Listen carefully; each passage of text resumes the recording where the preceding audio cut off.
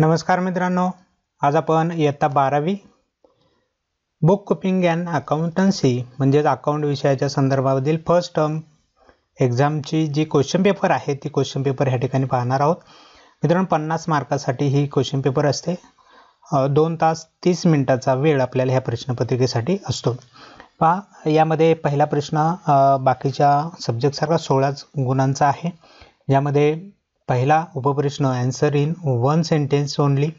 4 प्रश्न आहेत, 4ही प्रश्न आपल्याला सोडवायचे. परंतु इथं जे क्वेश्चन आपल्याला दिले जातात ABCD वगैरे जे, त्यामधील 4 कंपल्सरी सोडवायचे. म्हणजे ए सोडवायला घेतला तर ए मधले सगळे कंपल्सरी सोडवावे लागतात. तुम्ही डिसाईड करायचा A घ्यायचा, B घ्यायचा की कुठले 4 घ्यायचे. कोणतेही 4 सोडवायचे. एट ए मेनी 4 म्हटलेलं आहे. पहिला आन्सर इन 1 सेंटेन्स ओनली हा होता. बी आहे give word turn phase can be suitable each of the following statement. 4 मार्काचा हा प्रश्न आहे. इथंही आपल्याला 4 टर्म 4 घटक दिलेले आहेत. त्याचे आपल्याला वर्ड मध्ये उत्तर द्यायचे किंवा टर्ममध्ये किंवा एक फेजमध्ये उत्तर द्यायचं आहे. सी पहा, पुढचा सी आहे कंप्लीट द सेंटेन्स. इथेही 4 प्रश्न आहेत. काही रिकाम्या जागा दिल्यात, त्या रिकाम्या जागा आपल्याला ह्यामध्ये सोडवायच्या होत्या. डी आहे फाइंड ऑड वन, म्हणजे जो वेगळा शब्द आहे तो वेगळा शब्द आपल्याला ह्या ठिकाणी शोधायचा आहे किंवा फाइंड करायचा आहे. त्याचेही 4 प्रश्न ह्या ठिकाणी देण्यात आलेले आहेत. त्यानंतर E do you agree or disagree, सहमत आहात की नाही, त्या संदर्भातला ॲग्री ऑर डिसॲग्रीचा क्वेश्चन आहे. इथेही 4 स्टेटमेंट दिलेले आहेत. त्याच्या संदर्भात आपल्याला ॲग्री और डिसॲग्री सांगायचं आहे. यापैकी कुठलेही 4 आपल्याला सोडवायचे आहेत. त्यानंतर पुढे जाऊयात आपण क्वेश्चन 2. क्वेश्चन 2 काय आहे? From the following trial balance of Riya and Siya you are required to prepare trading account, profit and loss account and balance it on the date. ठीक आहे, बॅलन्स शीट आपल्याला तयार करायला सांगितलेले. त्यामध्ये trading account, profit and loss account prepare करायला सांगितलेले आहेत. उदाहरण मी तुम्हाला दाखवतो या ठिकाणी. स्क्रीनशॉट काढून घ्या म्हणजे तुम्हाला उत्तर सोडवायला उपयोग होणार आहे. ठीक आहे, मी थोडंसं वेळ त्यासाठी देतो आहे तुम्हाला स्क्रीनशॉट काढून घेण्यासाठी. 2 स्क्रीनशॉट काढले तर तुमचं पूर्ण एक्झाम्पल त्यामध्ये अटेम्प्ट येऊन जाऊन.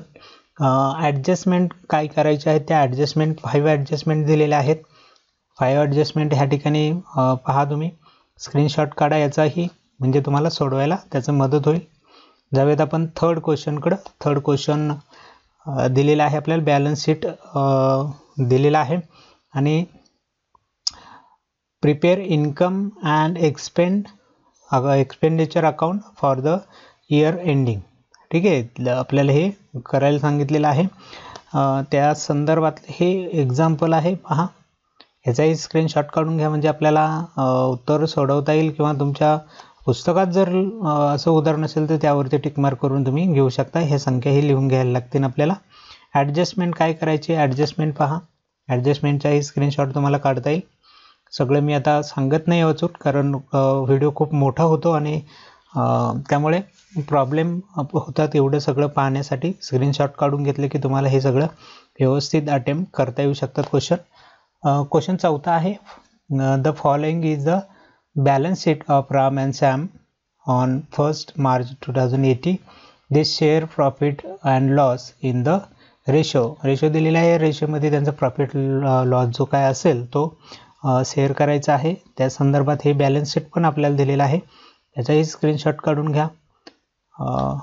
ते tech Bharat into partnership, त्यांची माहिती दिलेली आहे.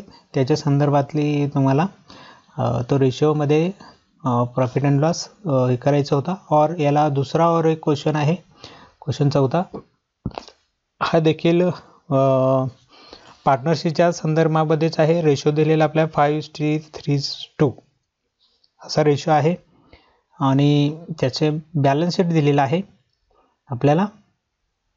खाली काय प्रिपेअर करायचे, रिव्हॉल्युशन अकाउंट आहे, कॅपिटल अकाउंट आहे, बॅलन्स शीट आहे, न्यू फॉर्मच्या बाबतीमध्ये आपल्याला ऑनर्स कॅपिटल बॅलन्स शीट हे सगळं प्रिपेअर करायलाच सांगितलेले न्यू फॉर्मच्या संदर्भामध्ये. ओके, अशा पद्धतीने मित्रांनो ही अकाउंट या विषयाची क्वेश्चन पेपर होती. स्क्रीनशॉट काढून घ्या, व्यवस्थित लिहून घ्या, सोडून पहा आणि पुन्हा एकदा सांगतो मी की आपल्या शिक्षकांना सोडून झाल्यानंतर हे फोटो पाठवा आणि कुठली गोष्ट आपली ह्यामध्ये अनकम्प्लीट राहिली, काय चुकले, कोणते घटक आपल्याला लिहायचं राहिले हे त्यांच्याकडून कन्फर्म करून घ्या. म्हणजे आपल्याकडून ज्या चुका होत आहेत त्या पुढच्या पेपरमध्ये सोडवताना होणार नाहीत, याच्यासाठी आपल्याला ही सगळी काळजी घ्यायची आहे. चला तर मग आजचा व्हिडिओ या ठिकाणी थांबूया. भेटूया आपल्या पुढच्या नवीन व्हिडिओमध्ये. तोपर्यंत नमस्कार.